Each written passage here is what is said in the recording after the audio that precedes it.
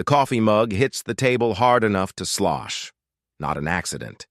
The young officer in the pressed khaki uniform sets it down with the particular deliberateness of someone who wants to be noticed doing it, and he watches the dark liquid creep toward the edge of the laminate surface with something close to satisfaction in his eyes.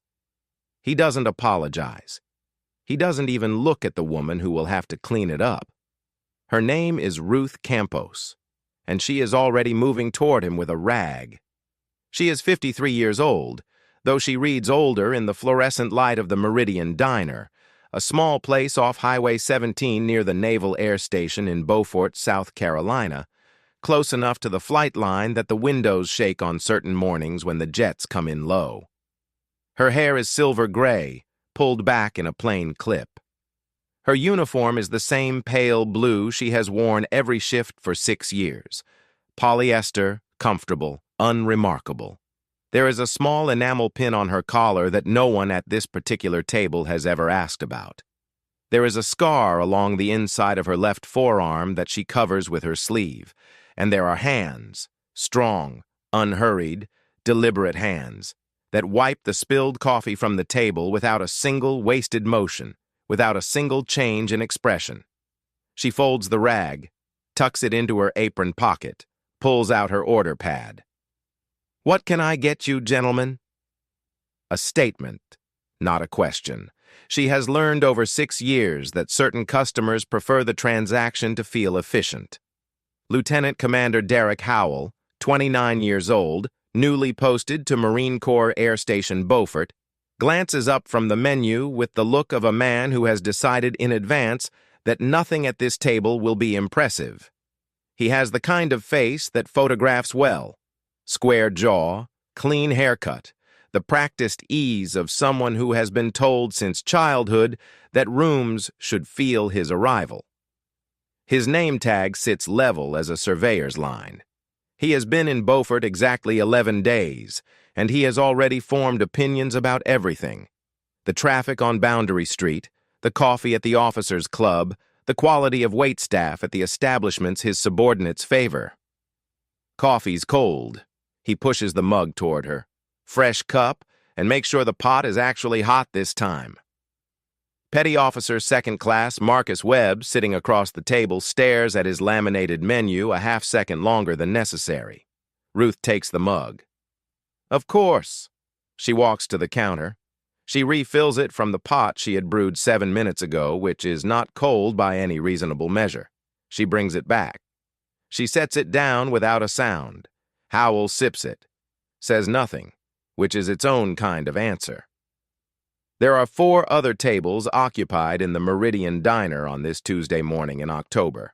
2 local contractors nursing eggs over easy, a retired school teacher with a crossword, a man in a Vietnam veteran's cap eating his oatmeal slowly and reading the paper, the same man who has been coming in every Tuesday for 3 years and always leaves a $5 tip on a $6 check. Ruth knows all of them by name. She takes Howell's order, eggs Benedict, no hollandaise, which the diner does not actually serve but the kitchen will accommodate. And she takes Webb's order, and she walks back toward the pass-through window without hurrying. She never hurries. Webb watches her go. He is 24, recently qualified in the F-18s Super Hornet, still close enough to his training to remember what humility felt like. Something in the way the woman moved has been nagging at him since they sat down, something particular about the way she held herself, an uprightness that the polyester apron couldn't quite absorb. He looks at his menu without reading it. Howell checks his phone. "Place is a dive," he says, to no one in particular. "Don't know why the guys keep recommending it." "Food's supposed to be good, sir." "Food better be spectacular." He sets the phone down. "Waitress looks like she's been here since the place was built." Webb says nothing. The morning moves the way Tuesday mornings move in a diner near a military installation. In waves, the rhythm of shift changes and stand-downs, and the particular unhurried hour between breakfast and lunch, when the coffee gets refilled without asking and nobody seems in a great rush to be anywhere. Ruth moves through it all like water through a known channel. Table 4 needs more syrup. The contractors want their check. The crossword woman asks about the soup special, even though it is only 9:45 in the morning. Ruth answers all of it with the same quality of attention, full attention, the kind that doesn't come from training or performance, the kind that has been worn smooth by repetition into something more like instinct. She brings Howell his eggs, modified, correct, plated clean. He cuts into them without acknowledgement. Chews, then, "You ever think about working somewhere nicer?" The table goes quiet in a specific way. Ruth pauses at the edge of the table, coffee pot in hand. She looks at him with an expression that is careful and even and gives nothing away. "I like it here." "I'm sure." He spears another piece of egg. "Been doing this long?" 6 years at this location." The sound he makes carries a judgment he doesn't bother to dress up. "Long time to be taking coffee orders." Webb finds something very interesting to look at through the window. Some things take a long time. Ruth sets the check on the edge of the table, face down, before he has even finished eating. Not from rudeness. She does it for every table, because it means one less interruption later. "More coffee?" "Sure." Howell leans back in his chair with the physical ease of a man who has never once considered that a room might not belong to him. "You from here? Beaufort?" "No." "Where then?" She picks up his mug, refills it. "Here and there." "Mysterious." He says the word with a small smile that manages to be condescending in only 5 letters. "Bet you got stories." "A few." "Bet they're interesting." The smile stays, but the eyes don't quite match it. "Not that kind of interesting, though. Diner interesting." He glances at Webb. "You know what I mean." Webb clears his throat. "Sir, I mean no offense." Howell holds up a hand in the universal gesture of a man who means every offense. "Just making conversation. Nothing wrong with honest work. Somebody has to do it." Ruth looks at him for 1 full second longer than a woman who has not spent decades learning the controlled measurement of silence would look. "That's true," she says, and she walks away. Webb watches her go to the counter and stand very still for a moment, her back to the room, hands resting flat on the laminate. He watches her breathe once, twice. And then he watches her push off the counter and go to check on the contractors like nothing in the last 4 minutes happened at all. He watches this and thinks about the way she walked. There is a thing that happens in the military, or really in any world where people operate under prolonged, compressing stress, where the body learns a particular economy, a way of being upright that costs nothing extra. Combat pilots know it. Surgeons know it. Certain nuns know it. Most people never get close to it. The body of someone who has carried that kind of weight for long enough doesn't move the way ordinary bodies move. There is a density to it, a steadiness that has nothing to do with age. He has been watching it since they sat down, and he has been trying to decide if he is imagining it, and he is starting to think he is not. Howell is talking about something else now. The layout of the flight schedule, an opinion about the squadron's maintenance chief, the coffee, which he has decided is acceptable. Webb nods at the right intervals. He keeps watching the woman at the far counter, who is now sliding a plate through the pass-through window and exchanging 4 words with the cook and something about the angle of her shoulders as she calls out. The order makes his stomach do the small, uncomfortable thing that his brain is still trying to catch up to. He excuses himself from the table, goes to the counter. "Ma'am." He keeps his voice low. "Sorry about—" He doesn't mean anything by it, he's just— "It's fine." Her voice is easy, genuinely easy, not performing ease. "You want more orange juice?"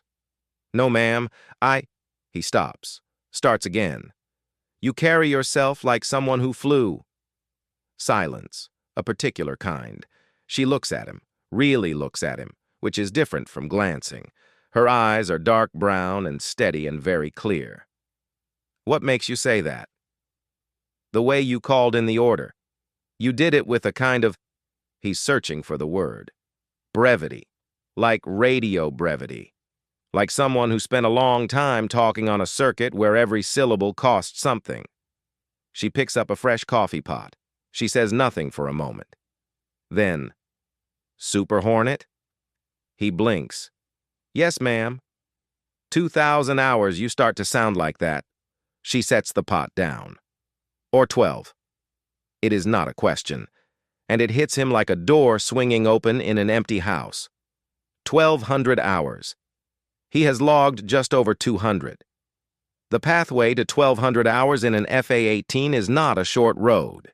It runs through deployment after deployment, through qualifications that most pilots never attempt, through the narrow and very demanding pipeline of the United States Navy's carrier strike operations.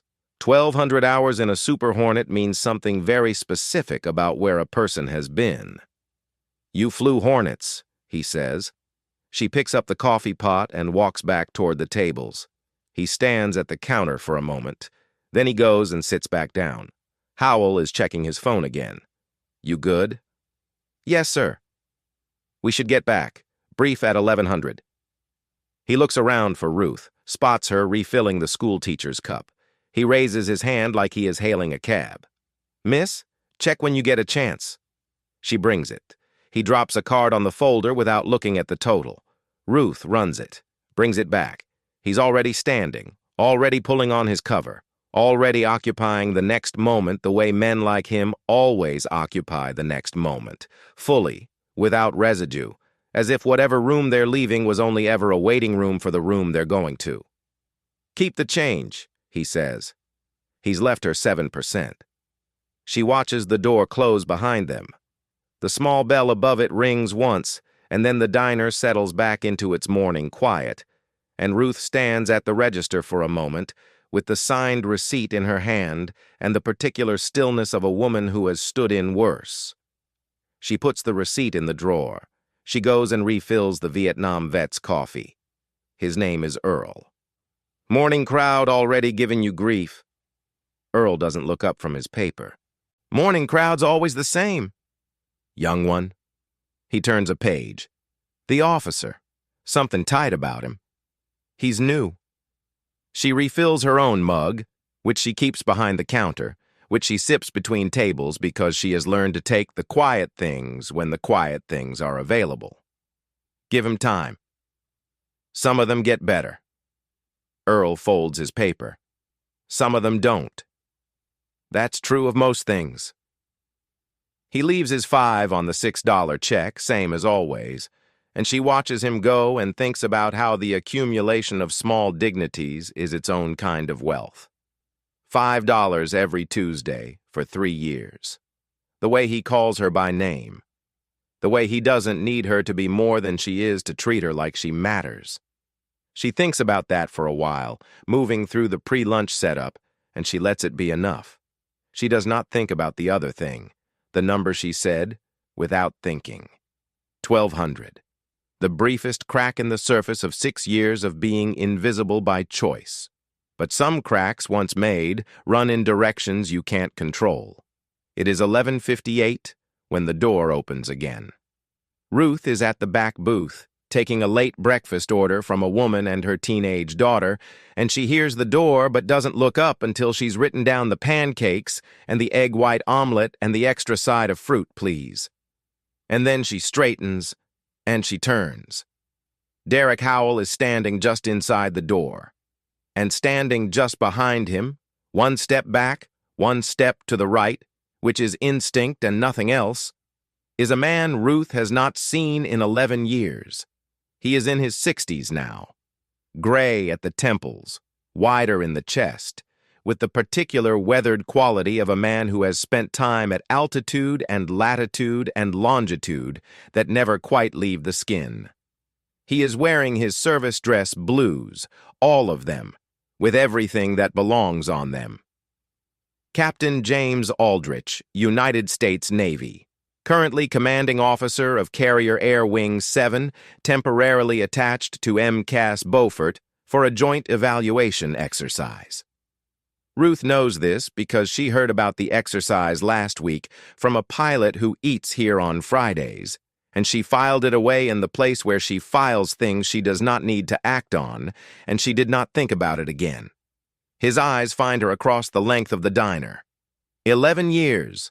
The recognition is immediate and total. He says nothing yet. He simply looks, and something moves across his face that is slower and more serious than surprise.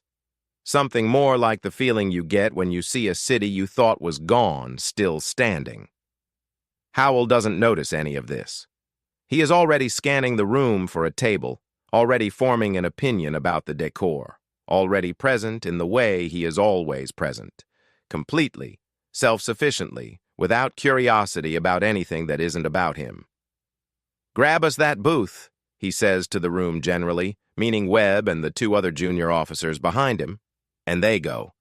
And Howell is heading toward the table when Aldrich stops walking. Aldrich stops walking because Ruth Campos has turned back toward her table to hand over the menus she's been holding, and Aldrich has just seen the back of her collar, and on the back of her collar, or rather on the lapel of her apron, which she has turned out as she reached past the woman to set the menus down, is the small enamel pin.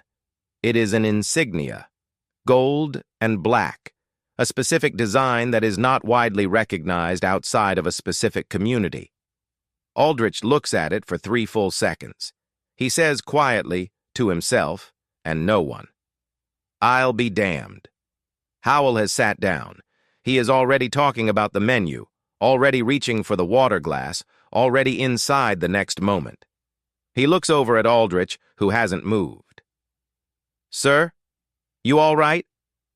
Aldrich walks toward the back booth, not toward Howell's table, toward Ruth's. She has her back to the room again, pouring water, and she knows he's coming across the floor toward her.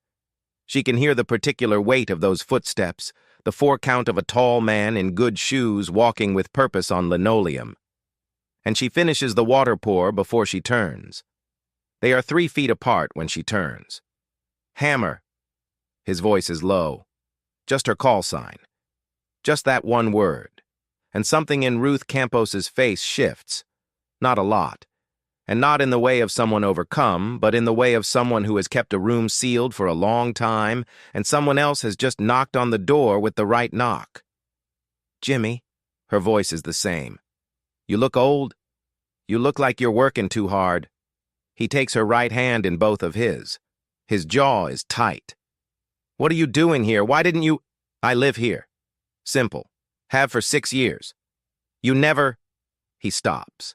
Takes a breath. "I tried to find you after the med board." "I know you did." She squeezes his hands once and releases them. "I wasn't ready to be found." The diner has gone very quiet. Not conspicuously. People are still eating, still talking at low volume, but the particular wavelength of attention in the room has shifted. The contractors have paused. The woman with the teenage daughter is watching openly. Webb, at Howell's table, has gone completely still. Howell looks from Aldrich to the waitress and back. His expression is doing the work of a man whose understanding of a situation is changing faster than his pride can accommodate. "You know this woman, sir?" Aldrich turns. There is a quality in his gaze that Howell has not seen before in 11 days of working near him. A focused, measured weight. The kind of regard that gets handed down through years of command and cannot be faked. "Lieutenant Commander Howell." Not loud, precise. "How did you address this officer this morning?" The word lands hard on the floor of the room and stays there. "Officer." Sir, she's a—" Howell looks at the apron, the order pad, the silver-gray hair. "She's Commander Ruth Campos." Aldrich speaks to the room now, not to Howell specifically, the way a commanding officer speaks when he wants something understood by everyone present. United States Navy, retired. 1,247 flight hours in the F-18 Hornet. Carrier qualifications on 4 vessels. Deployed twice to the Persian Gulf, once to the North Arabian Sea. awarded the Distinguished Flying Cross following an engagement over, he pauses, over an area and under circumstances that I will not detail here, because she never asked anyone to know about them. The room is very quiet now. She was my wingman, Aldrich says, for 3 years. There is no one I would rather have had at my 6. Howell has nothing. His mouth opens once and closes.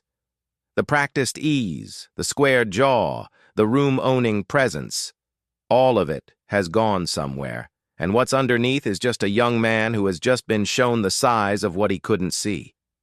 Ruth watches this happen. There is no satisfaction in her face. What is there instead is harder to name. Something patient and a little weary, and maybe, somewhere underneath it, a small warm current of the emotion she has been too disciplined to feel for a long time. The emotion of being known, of being truly seen, after years of choosing not to be by someone who knew you when you were most entirely yourself. Jimmy, she says it gently. You didn't need to. I did. He meets her eyes. I should have done it 10 years ago. He looks back at Howell. Lieutenant Commander, in my office, 1600. Howell stands. Yes, sir. His voice is stripped of everything that was in it before. Webb has not moved.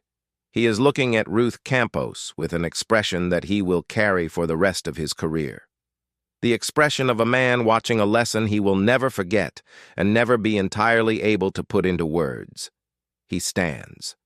And he does something that surprises everyone at the table, maybe most of all himself. He comes to attention. It is not required. She is retired. There is no protocol that demands it. He does it anyway, in a diner off Highway 17, in his utility uniform, between the table and the pass-through window, and he holds it. Ruth looks at him for a moment. Something in her face has shifted just slightly, a small, unmistakable brightening around the eyes. At ease, son. She means it as a kindness, not a dismissal. Coffee's getting cold. He sits down, and now something is different in his face, too, some particular solemnity that will not be leaving him for a while. Aldrich doesn't go to Howell's table. He pulls out the stool at the counter. He sits down, a 2-star presence in a pale blue diner, and he looks at Ruth with 6 years and an apology and a whole other conversation compressed into one long breath. You got a few minutes? He asks. My break's at 1. I'll wait. She goes back to work, because there are orders to take and coffee to pour, and a woman at table 6 who is now whispering something to her teenage daughter that the daughter is leaning in to hear, and the morning does not stop because the world has just rearranged itself around a single word. At 1 o'clock, Ruth pours 2 cups from the good pot, the one she keeps for herself and Earl, and she comes around the counter and sits next to James Aldrich, and they talk for 41 minutes in the low, steady voices of 2 people who have a great deal of ground to cover and know exactly how to cover it. He tells her about the wing, about the new aircraft, about the names of people they both knew who are now at desks or teaching at Pensacola or living very ordinary lives in very ordinary places. She listens to all of it with the same complete attention she gives every table, which is to say, the kind of attention that makes people feel that the thing they're saying is the most important thing being said in the world right now.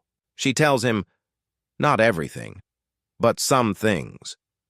About the years after the medical discharge, the knee, the surgery that worked and then didn't, the long, quiet process of deciding what to do with a life that had been built entirely around something you could no longer do.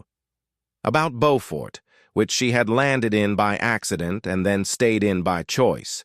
About the Meridian, which she had walked into for a cup of coffee and where she had found, to her own considerable surprise, that she was good at this too. That she was good at the particular craft of making people feel, for the length of a meal, that they were cared for, that their coffee was hot and their eggs were right and someone had noticed what they needed before they had to ask. You always were good at that, Aldrich says. Looking after people? Different altitude. She wraps her hands around her mug. Same job, more or less. He's quiet for a moment. Outside, a jet passes overhead, low, fast, the particular clean scream of a Super Hornet on approach, and they both look up at the ceiling without thinking, and they both smile at themselves for doing it.